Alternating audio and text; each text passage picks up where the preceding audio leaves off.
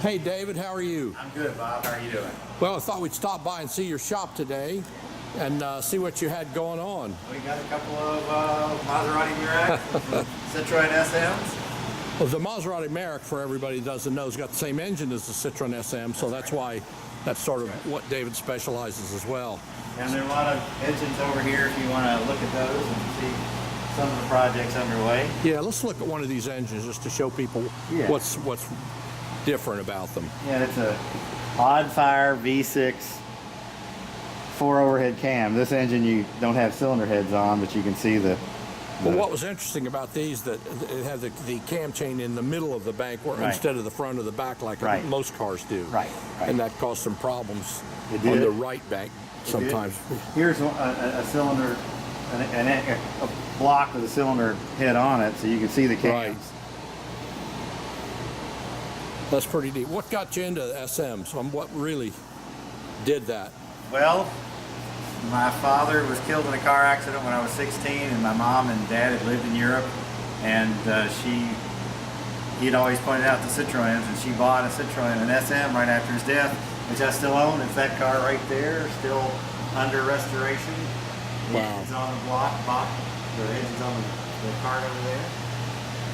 So that's what started it all, that car, and I've owned it since 1975. I know you've been doing this for years. I mean, because back when we were importing Citroens in the CXs back in 86 and 87, you were already doing it then. Yeah.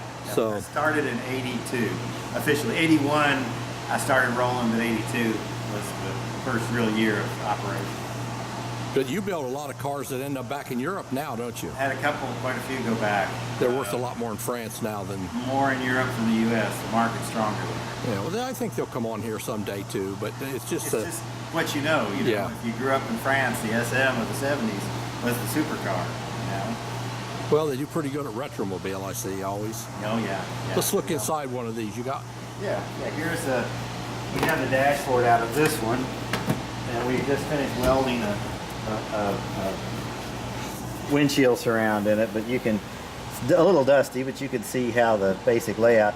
I have one here that's complete we can look at here in a minute. What's neat is everything is oval in these. There's really nothing round. The steering wheel, the gauges, everything's sort of oval. It's all a design feature. Right.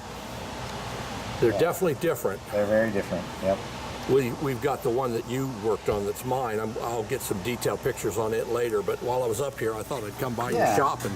Yeah, and I have some more at my house that are all complete, and I have a fuel injected car there I can show you if you want to go. The late ones are fuel injected, right? Right, 74, 75. Now they only came here, what year, 72 and 3? 71, 72, 73. Gotcha. So we didn't get any fuel injected cars. There are about 15 in the country. And they made those later? Right, and they were imported individually rather than by Citroen. They, tell me the story about Citroen really not making them. They were almost made by hand later on, weren't they? The last cars, the last year, were made by Ligier, the Formula One team, the soon to be after the SM Formula One team, and they raced a car called the Ligier JS2 at Le Mans. And so they had a relationship with Citroen, and Citroen wanted to save the SM project from Peugeot, because Peugeot had bought Citroen. So they sent the last cars to Ligier to build, and they built 125 and stopped making them in May of 75. Yeah, that was a bit of a antagonistic takeover. Right. They were almost forced to buy Citroen, and they did a lot to really harm them. Right. I know at that time they even destroyed some of these cars, that I've been told. 420 body shells. Wow! Wow! Sitting there. In fact, I have some parts, new parts, in the late 70s, between 75 and 78, 79, when you bought body parts from Citroen, they were painted, and those were the cars that never were built. Wow. So I've got some rear view mirrors and stuff like that from those cars. Well, that's fantastic. So you got another Maserati Mirac over there. And a shop full of SMs. A shop full of stuff. Out in the country in Kentucky, here we are. Citroen SM, Citroen SM capital of the country, and probably the continent. You got a lot of parts. I know you're always up at the rendezvous, the Citroen Rendezvous, aren't you, in Massachusetts? Yep. What time of year is that? It's in July? Or... In June. Yeah, June. Middle of June. Gotcha. Well, super, man. It's really nice for show us around a little bit, and I know you've always worked on the cars for me for the SMs, and of course this Maserati Merrick that we're just now getting from you.